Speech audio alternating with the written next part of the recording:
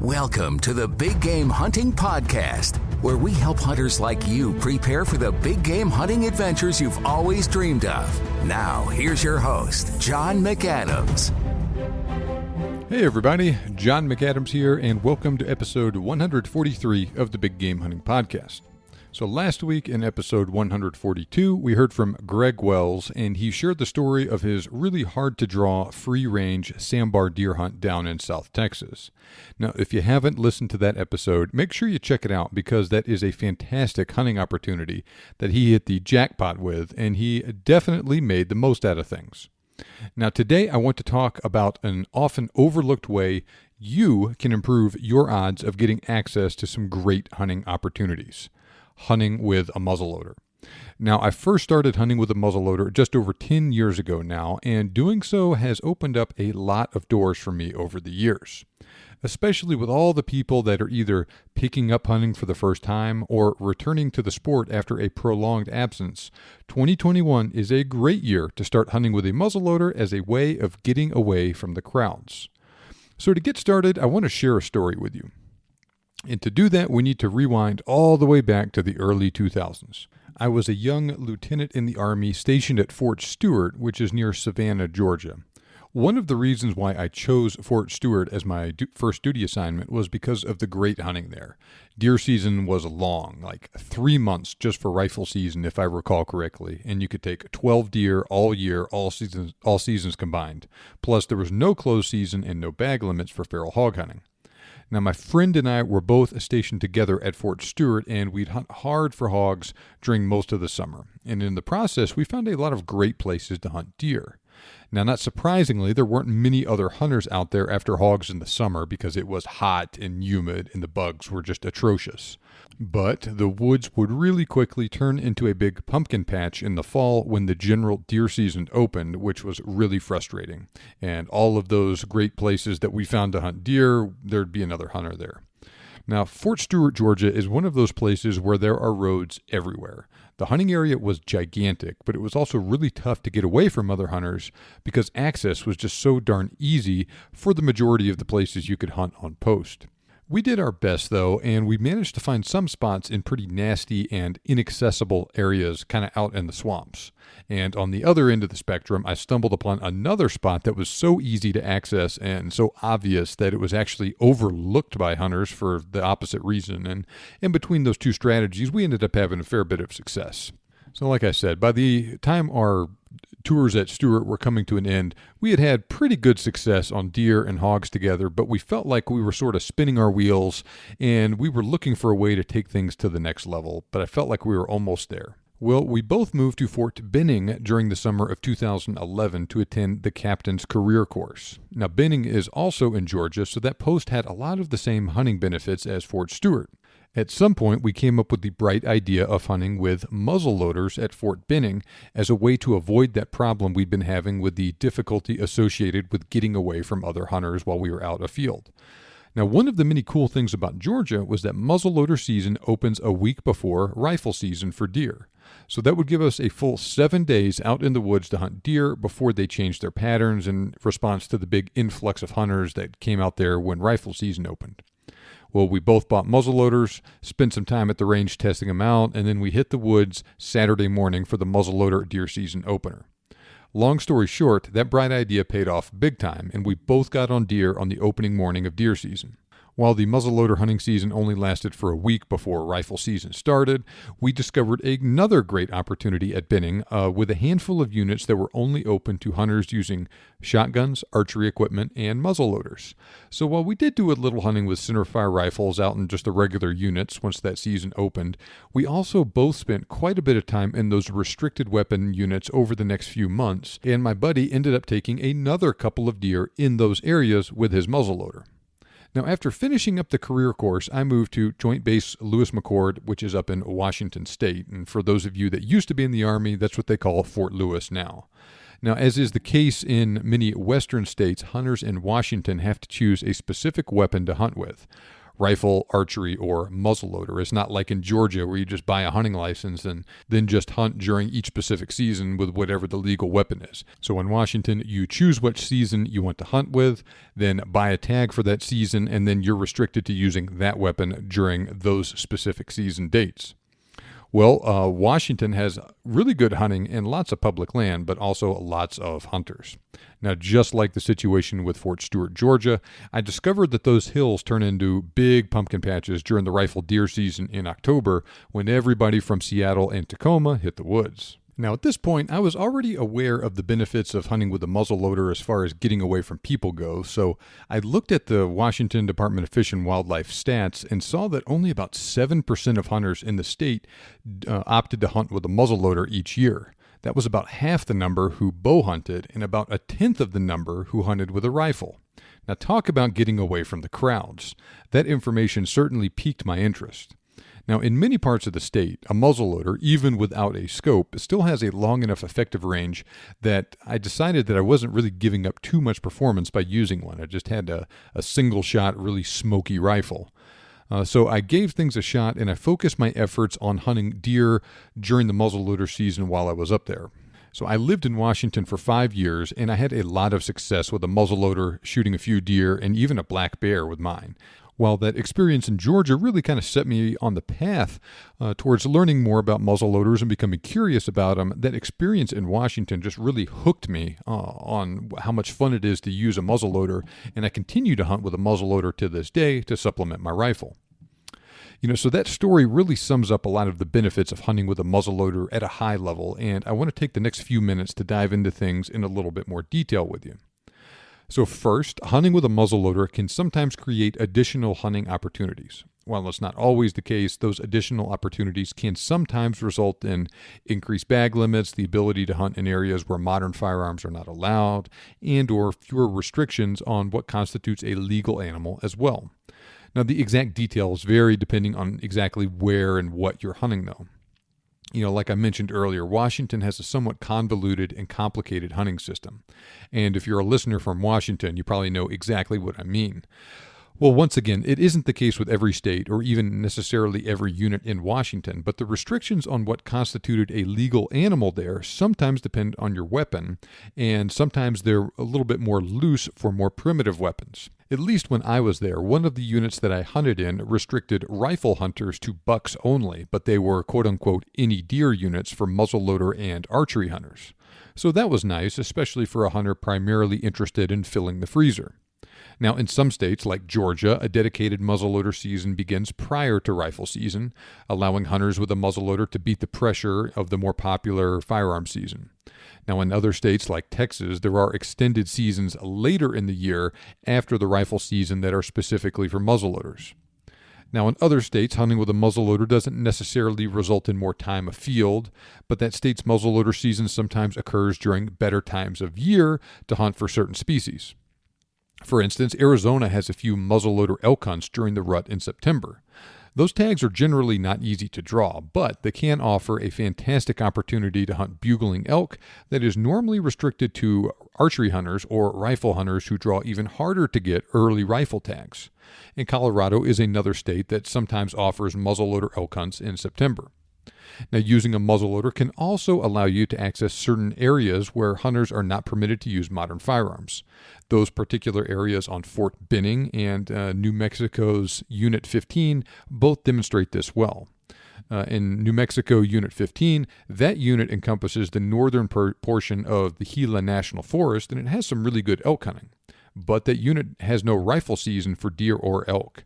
But it does have a couple of archery and muzzleloader seasons that provide some really good opportunities for hunters. Next, there is generally less hunting pressure during muzzleloader season. Having fewer encounters with other hunters while you're afield is almost always a good thing, especially when you're hunting on public land. Now, the good news is that, compared to bow and rifle hunters, very few people hunt with a muzzleloader. So you're almost guaranteed to have less competition while you're out in the woods if you hunt during a dedicated muzzleloader season. Like I mentioned earlier, about 6 to 7% of the deer hunters in Washington use a muzzleloader. This is compared to about 17% of people that hunt with a bow and about 77% of the people that hunt with modern firearms. Now, those specific numbers won't apply to every single state, of course, but I think it is a good trend that is usually directionally correct in over-the-counter states like Washington anyway. Now, in states like Georgia and Washington, where there's a muzzleloader season that often occurs before rifle season, you get the added benefit of hunting in an area before it gets flooded with other hunters as well. Nothing is guaranteed, of course, but if given the choice, if I had to hunt outside the rut, I'll usually want to hunt deer earlier before they get pushed around by a bunch of other hunters as opposed to later.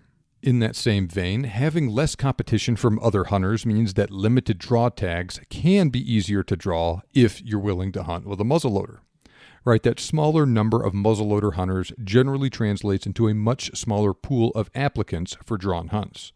Just like you'd probably think, this can make it easier to draw a special permit for a muzzleloader hunt in many areas when compared to rifle or archery hunts. Now, of course, nothing is guaranteed, and muzzleloader tags in premium units still aren't exactly easy to get. That said, there are some real hidden gems out there for muzzleloader hunters who look hard enough. I have spent a lot of time looking at draw odds on GoHunt, and by the way, if you haven't already done so, sign up for an insider account with them and use promo code BIGGameHunter when you do.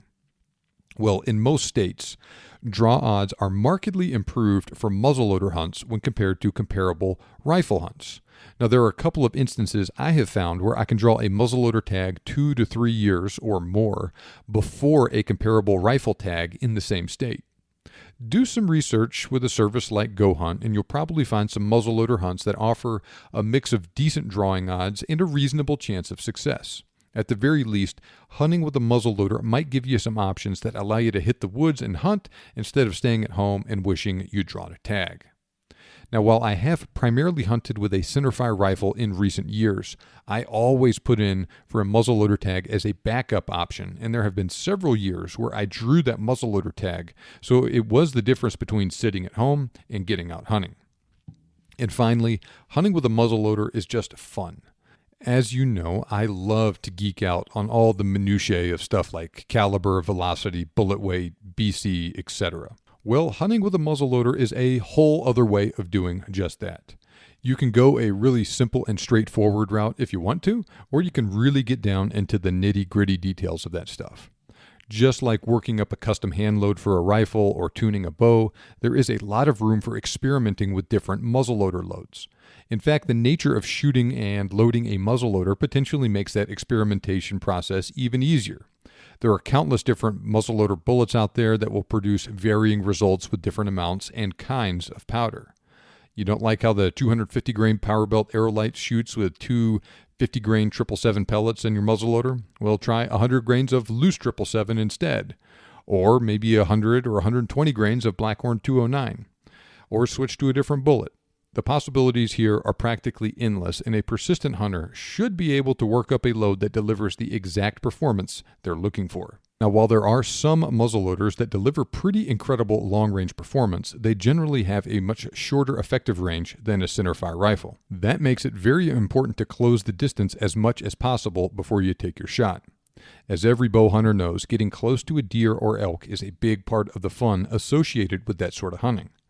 While it's not usually necessary to get quite as close with a muzzleloader as with a bow, taking a shot at 300 plus yards is simply not an option with most muzzleloaders.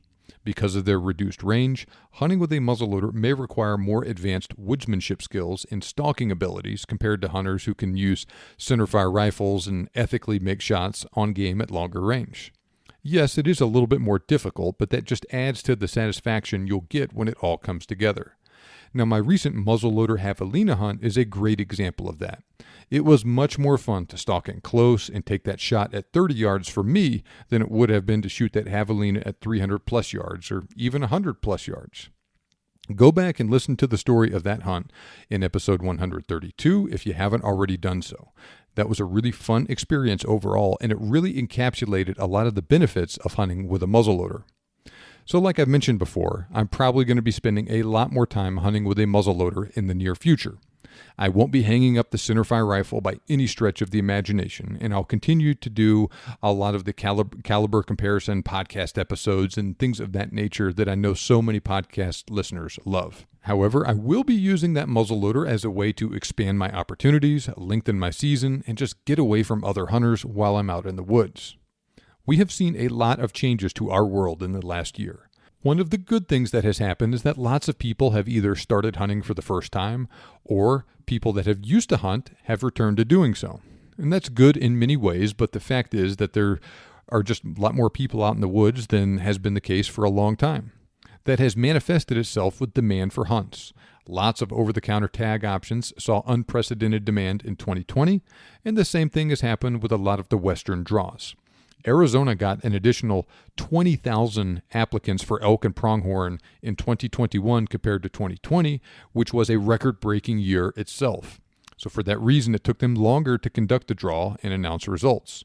Colorado also extended their application deadline by a few days because of unprecedented demand as well. Now, the unfortunate fact is that tags are harder to get in 2021 compared to 2020, and especially 2019. Most of those new people are probably hunting with modern firearms, and to a lesser extent with archery equipment.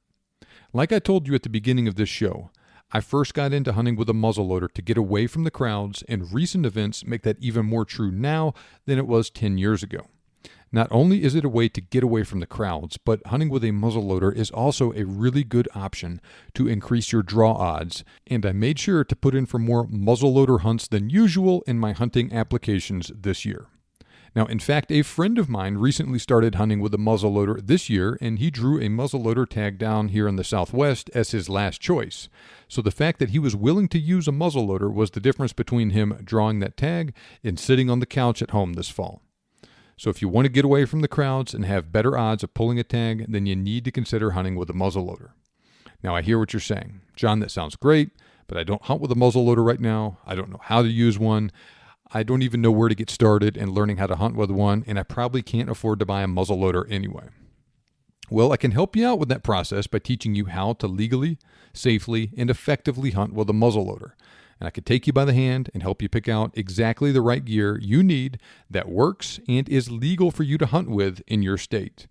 Additionally, you can buy everything you need to hunt with the muzzleloader, like the muzzleloader itself, scope, bullets, powder, primers, all the accessories, all that stuff, for way less than what a nice centerfire rifle costs. And at the same time, I can get you some exclusive discounts on all of that stuff from the biggest muzzleloader retailer in the USA. You'll get all of that stuff and more with the Muzzleloaders 101 online course. The Muzzleloaders 101 course is an all-in-one solution where I'll guide you through the whole process of getting started of how to hunt with a muzzleloader. I'll help you decide what gear you need, help you save money when you buy that gear, and I'll teach you how to use all of that stuff safely and effectively, both at the range and out in the woods. So if you are considering learning to hunt with a muzzleloader, or if you already hunt with one and you just want to take your game to the next level, you need to take advantage of this opportunity. Remember, due in part to all of the craziness going on these days, more people are hunting than ever before, and using a muzzleloader can give you unique access to special seasons and hunting areas where hunting pressure is lower. Hunting with a muzzleloader is also a really fulfilling and enjoyable way to enjoy the outdoors and expand your hunting opportunities at the same time. Nowhere else will you find such a comprehensive resource for learning how to use a muzzleloader, where you can also save some serious money getting outfitted. Now, I normally charge $47 for the course, but I am offering the course at a discount right now to all listeners of the Big Game Hunting Podcast. Sign up while the offer is still valid, and you can get lifetime access to everything for a one-time payment of $35. If that sounds appealing to you, head on over to muzzleloaders101.com/buy, B-U-Y, or just click the link in the show notes and sign up to get started. Remember, you can make your dream hunt turn into a reality. One of the ways you can do that is by hunting with a muzzleloader, and I can definitely help you with that. Thank you for listening, and I'll see you back here next time on the Big Game Hunting Podcast.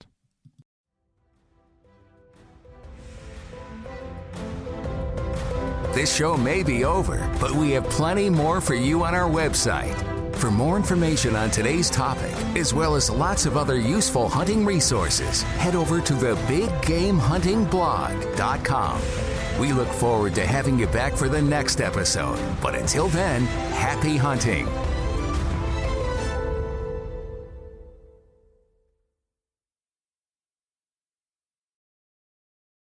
brace yourself for something fuel nominal. Unleaded 88 is the clear fuel choice. It's cheaper, cleaner, and greener. And it's grown by Iowa corn farmers. Now that's totally worth the hype. So pump it up with Unleaded 88.